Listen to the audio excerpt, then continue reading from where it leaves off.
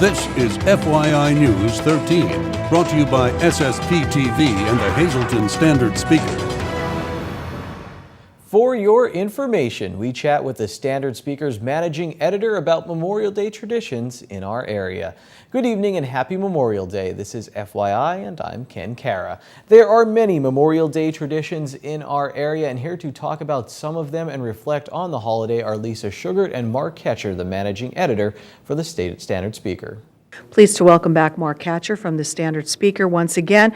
Mark, we're in the midst of the Memorial Day weekend celebration, and many communities in our area stop and take the time to remember those who have served and those who continue to serve. So I think it's a proud tradition that hopefully will continue for many years to come. Right, they do. And, you know, there was some belief there for a while that with our veterans passing on, that some of these traditions would be lost. But it's really a credit to our people and to our communities that these celebrations and events continue. And in some cases, I think they get better every year. I think with our recent wars in Iraq, Afghanistan, elsewhere in the Middle East, we've really refocused on the importance of veterans in our lives and in our country. And I think people recognize that, and they're very eager to honor our veterans. Whether they're 90 years old, having served in World War II, or later in life in Vietnam or Korea, or they're younger veterans who've served recently in, again, the Middle East. So it really is a credit to our people in this area that we're able to come out every Memorial Day and on other holidays and recognize and remember the people who've served our country. I know growing up as a child, my dad was a Korean War veteran and was very active in the Veterans of Foreign Wars in Beaver Meadows. He passed on, Joseph Fergazzi. But growing up, you know, we knew the importance of what it meant to take part in the parades. He was always active in the parades, and the community was always strong. It still is, Beaver Meadows, in doing that. I live in Cunningham now. They're very strong in doing promotions as well, having parades and programs. And all around our whole greater Hazleton area, there are many special events and parades and programs, and you see all the veterans speaking. And I think it's just something that is very important that needs to continue, must continue, so we can preserve all the history and the, you know, realizing what happened to make it the way it is today for all of us. Sure, I agree. I can remember when I was a child growing up in Beaver Meadows, we'd look forward to the Memorial Day celebration in town. The veterans would shoot their guns with the salute, and we would scramble to pick up the spent shells, and it was really quite an honor to get one. And then afterward, we'd gather at the VFW for hot dogs or for lunch, and it was really a great time. And I can tell you that that's still happening today in places like Beaver Meadows, in places like Freeland, Cunningham, even Jetto, where I live. The Jetto Stars have their own little tribute, and then they welcome everyone into the club afterward for lunch, and it's just really a nice thing. You get time to spend with the veterans. You could talk to them about their experiences. I make a point of it every time to shake their hand and thank them for what they've done for our country. We also participate in the celebration in Freeland, and it really is an honor to stand there with the community and listen to the speeches, and also instill that in the children. I coach a minor league team in Freeland, and make sure that my kids on my team are lined up with their hats off and paying their respects. So it's important to pass that along to the next generation to make them understand the importance of that. Well, we wanted to take this time to recognize those who have served and those who continue to serve, and to congratulate the many communities who continue to recognize that. And we know there are so many more communities than we've named here today to continue to do this. So keep doing what you're doing, because it helps us to preserve what has happened in years past, and helps us to go forward as well, as you said. So happy Memorial Day to you and everyone at the Standard Speaker, and thank you for coming in and talking with us. Sure. And one thing I will mention in addition is that on Monday we'll salute our veterans with some coverage in the newspaper, Monday and Tuesday actually, but on Monday we'll have a story about a local World War II veteran who was honored recently in Washington for his service. Specifically, for his time that he spent in a POW camp in Switzerland during World War II. He's one of only 6 who are still surviving from that camp. So we'll feature him. He was honored recently, and give him the recognition that he deserves. Absolutely. So make sure you read all about it in the Standard Speaker. And now it's time for news from the West Hazelton Mayor's desk. Because of the Memorial Day holiday, garbage collection will be a day late. Residents are asked to place garbage out on Wednesday evening for Thursday pickup in West Hazelton. Will you be one of the many people traveling this Memorial Day? Lisa Sugart sat down with Jenny Robinson from AAA about this busy travel time of the year. Well, many people are getting out and about now that the weather is finally warmer, and they're heading to some destinations both near and far. Jenny Robinson is from AAA's Mid-Atlantic region, and she's here to talk about safe travel and what to do because we're seeing a lot of potholes, Jenny. It was a rough winter, Lisa, and we've been seeing those craters everywhere. So many more potholes than even normally after the winter. It's been really rough on the roads, and PennDOT and the local municipalities have been out there and being busy, but it's hard to keep up with them all. It certainly is, and you were telling me when we were off the air before that they can't fix them if they don't know they exist. So people are encouraged to let them know if there are problem areas. Yeah, that's important. It's really good for the motorists to report problems when they see. So if you see a pothole, tell them about it. Call 1-800-FIX-ROAD. That is the toll-free number for PennDOT. If it's not a state-owned highway, then they should be able to refer you to the local municipality as well. Now, does AAA get complaints from motorists who say, I've had my car damaged because of potholes, and do they expect compensation or help? Yeah, well, we get that question, and a lot of people ask that question when they hit a pothole and their tire is damaged and their rim is damaged. Unfortunately, though, the state is not going to reimburse you if you are damaged due to a pothole because it is considered an act of nature. PennDOT didn't cause the pothole, therefore they're not responsible to reimburse you. You can go to them and try and put a request in, but chances are it would not be reimbursed. And when you're out traveling about, you're worrying about the potholes and that, but you want to make sure your car is in good shape to begin with right off the bat. Well, right, especially after driving all over these bumpy roads and the potholes, get your car checked out. Make sure your tires are properly inflated, that they have enough tread, and that they're in good shape to get through your summer of traveling, and to get your suspension checked out as well. Right, some very good tips. Anything else you'd like to tell our viewers here today about their safe travel over the hopefully very warm summer months? One more thing, always buckle up. Through Memorial Day weekend, police have been doing click it or ticket enforcement. They generally get out there and do that every holiday weekend and really throughout the year as well, but especially during the holiday weekends. Too many people die needlessly on our highways, and the easiest thing you can do to protect yourself is to buckle up. All right, some very good advice. Buckle up and always leave early. Allow yourself some extra time because of the many work zones and because of the potholes as well. Thanks for coming in, Jenny. We look forward to talking with you again. Thank you. Glad to be here. Reporting for FYI, I'm Lisa Sugart. After this short break, I know it's a holiday, but Janine and Christy are still working out at Core Fitness. They have tips for you next. And once you get whipped into shape, you may want to think about a local color run. We'll talk with a local color run organizer when we come back.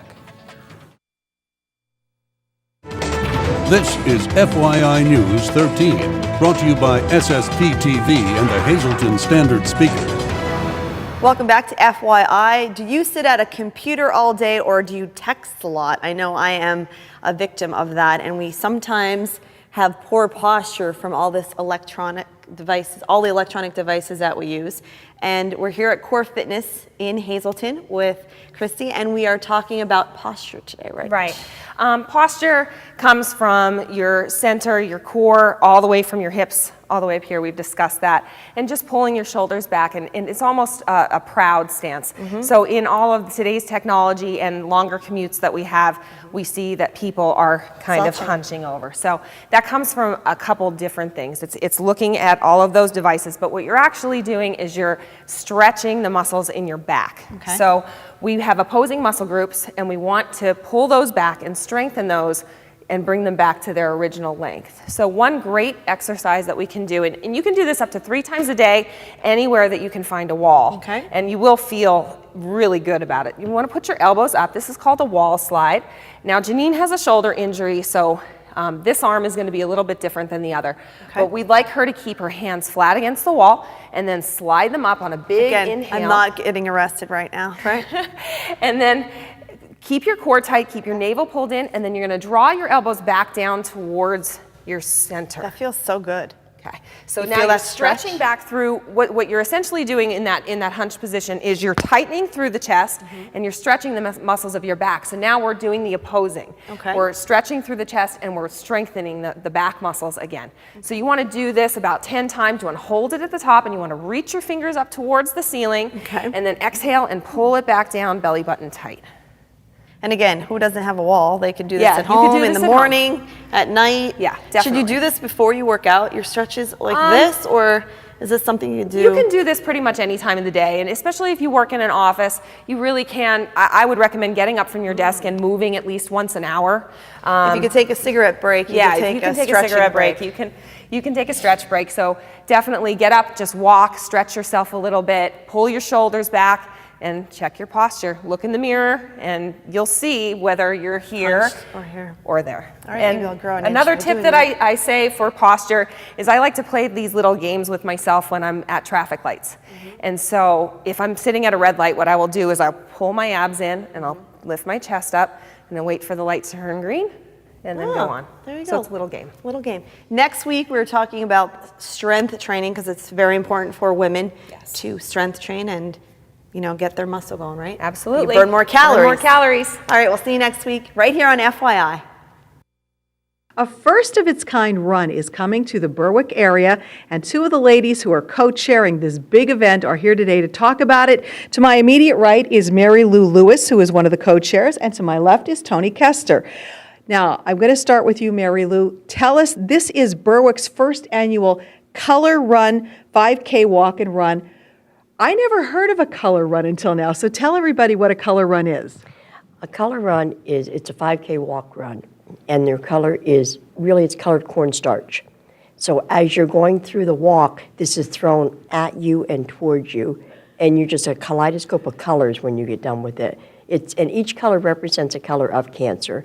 Like pink would be breast cancer, yellow is children's cancer. We have 6 different colors that we are dealing with our color run. Okay, now this has never been done in Berwick before. You've participated in color runs elsewhere, and we want to tell people this is benefiting the Berwick Area Relay for Life, correct? Yes, it is. Now, tell us how you got involved and why you wanted to do this here. Okay, I've been involved with Relay for Life for 10 years. I am a 2-time cancer survivor. I had breast cancer in 2002.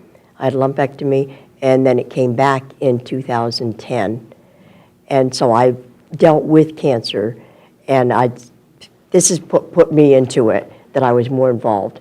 And when the color run came last year, Tony had invited me to go to it, which it also runs for cancer also, your color runs do. And I just loved it. And I wanted to bring something to our area, plus whatever proceeds we get from the color run will go to our Relay for Life, which is June 13th. All right, very good. So Tony, you're the one that's came up with this great idea to do this locally then. So tell us all the details about how our viewers can get involved in the first ever color run in Berwick. Well, first of all, if you want to register, it is at the Berwick Test Track. You can give us a call at Skippy's Auto Sales and Midnight Towing at 752-0520. That's area code 570. Registration is at the park at 10:30. The race is at noon, and it is on Saturday, May 31st. And it's going to be fun, and you don't have to run. It's kind of like a stroll in the park. You can bring your kids. Everyone's welcome, and we just hope to have a good turnout and have a good day.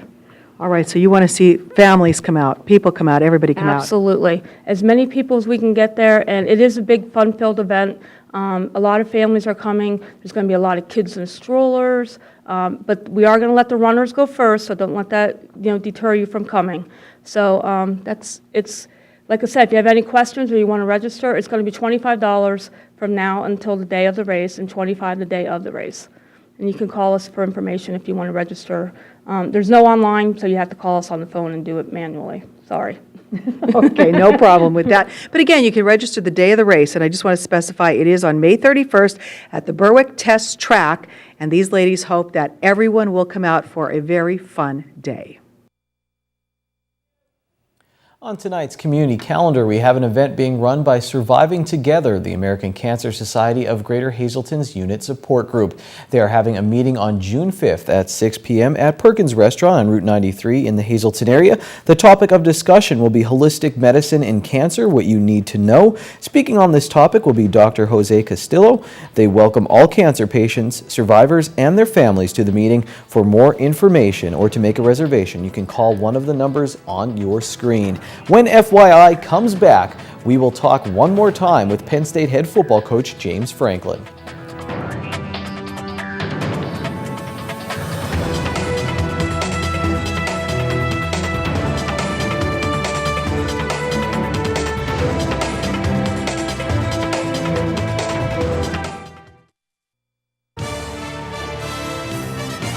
This is FYI News 13 Sports. Today we wrap up our coverage of Penn State's Coaches Caravan with the man who started everything for us, James Franklin. Here's more of what the Nittany Lions head football coach had to say in Peckville. James Franklin has a top 5 recruiting class right now. He says he's happy, but he sees ways Penn State can improve.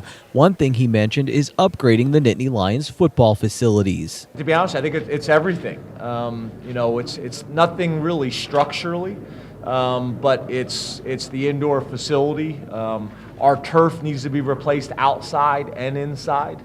The carpet, the paint, the branding, the furniture.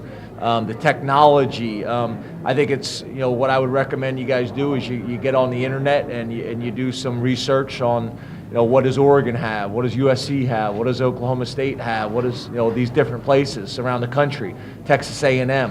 Look around the country and see what people have, and we're going to be able to build a very, very successful program. It's going to be competitive in this conference, but it's also going to be competitive, nationwide. And I think it's just important for us to be aware of what's really out there. And what I want to do is I want to make sure that when kids and families come and visit us, they know they're going to be provided with all the resources that the top 15 programs in the country are providing them. Franklin says Penn State has been receptive of this and that the team will need help through fundraising. While Franklin hasn't had the opportunity to recruit someone from Northeast Pennsylvania yet while at Penn State, here's what he thinks he'll get from players from the region. The thing I would say is Pennsylvania in general, and probably specifically Scranton, is you're going to get blue-collar, hard-nosed guys. They're going to be very appreciative of the opportunity that they have at Penn State, and they're going to maximize their experience. And that's how I want our program to be. I want us to find as talented a prospects we possibly can, and when I say that, I mean academically, athletically, socially, spiritually, the whole package, the most talented guys we can get, and then it's our job to help develop them and maximize their experience there. And I think with a blue-collar, hard-nosed mentality, you're going to be able to do that. One player from NEPA that Franklin is familiar with is Geno Lewis. The Lions wide receiver played quarterback at Wyoming Valley West High School. I've known Geno for a long time. I actually think that when I was at the University of Maryland, I think we were the first school to offer him. I think I was the first guy to offer him. So I kind of go back a long ways with Geno. I think he had a really good spring. His jumping and leaping ability, I think, is something that he has that makes him special. He's got massive hands and a tremendous catch radius. There's some things that he needs to work on this offseason in terms of his quickness and change of direction and top-end speed. But I'm expecting him to have a big year. Franklin, Lewis, and the rest of the Lions open up their season on August 30th in Ireland against Central Florida. Now grab the family. I promise all of you are going to be entertained. Here's Ron Marchetti with Trivia Treats.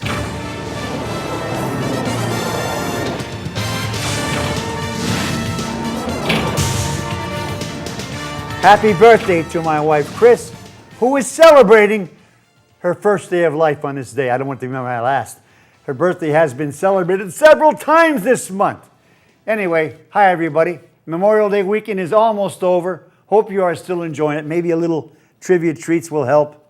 22 years ago, in the week before Memorial Day, the California Angels were involved in a horrible bus crash on the New Jersey Turnpike near Deptford Township, about 20 miles from Philadelphia. At 1:47 a.m. en route from New York to Baltimore, following a 12-inning 5-4 loss to the Yankees at Yankee Stadium, one of the two-team buses spun out of control, crashed through a guardrail, skidded about 400 feet into a grove of trees before flipping on its side. Manager Buck Rogers, sitting in the front seat, suffered knee, elbow, and rib injuries. He would be sidelined for 3 months. 11 others were injured. Most of the players, however, were in the other bus and helped rescue those involved in the accident. Police speculated that the driver had fallen asleep at the wheel.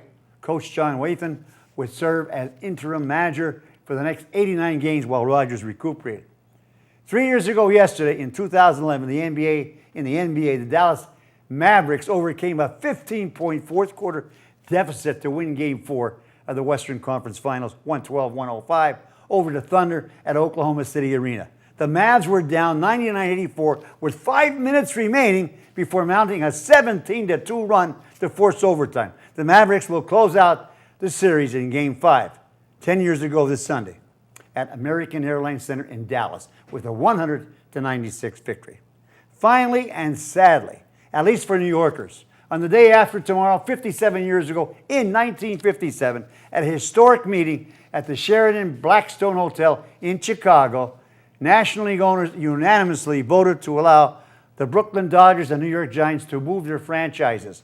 Both teams had requested new stadiums to replace the aging Polo Grounds, home of the Giants since 1911, and Ebbets Field, where the Dodgers have played since 1913. But negotiations failed to produce new facilities. Till Friday, enjoy the short week and stay loose.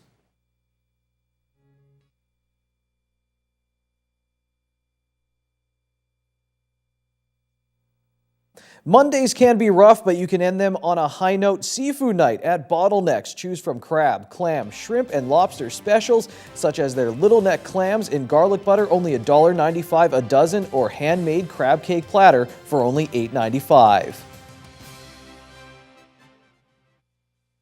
Elk, Ronnie, and then deer elk in the background. Priceless stuff right there. Well, thank you for joining us on this Memorial Day. We'll see you again on Tuesday. Until then, take it easy, everyone.